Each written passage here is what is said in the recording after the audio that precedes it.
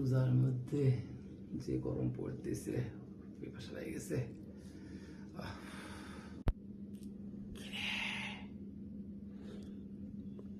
তোর পিপাসা লাগছে? এই দেখ কত সুন্দর জুস, নে খা খা লে।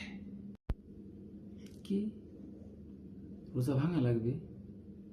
তো ভাঙতে পারি, একটা শর্ত আছে। তুই যদি আমার ঘরটা ঝাড়ু দিয়ে দিস ভালো করে, তাইলে আমি তো এই শরবত খাবো। কি বললি? তোর ঘর ঝাড়ু দিলে পরে তুই খাবি এটা? ঠিক আছে, তুই থাক, আমি ঘর ঝাড়ু দিয়ে আসতেছি।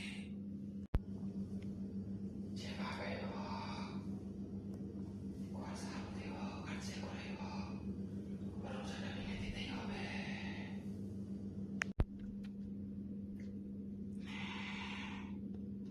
আমি ঘর ঝাড়ু দিয়ে আইছি, এবার খা।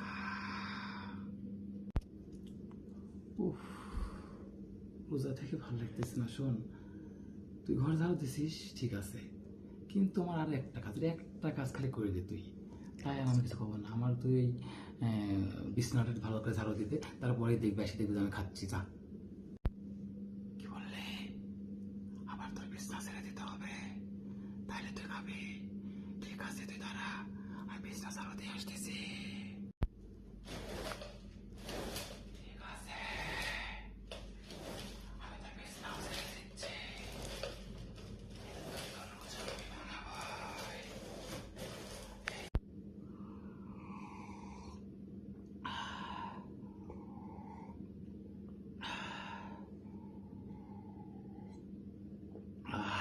পানটা চুরা গেল। আমি আসার আগেই তুই খায়া ফেলালি, এবার তো রোজা ভাঙাইছি। কি তুই ভাবেছিস আমি রোজা ভাঙলাম? আরে না, আজান দিয়ে দিয়েছে, আমি ইফতারি করলাম।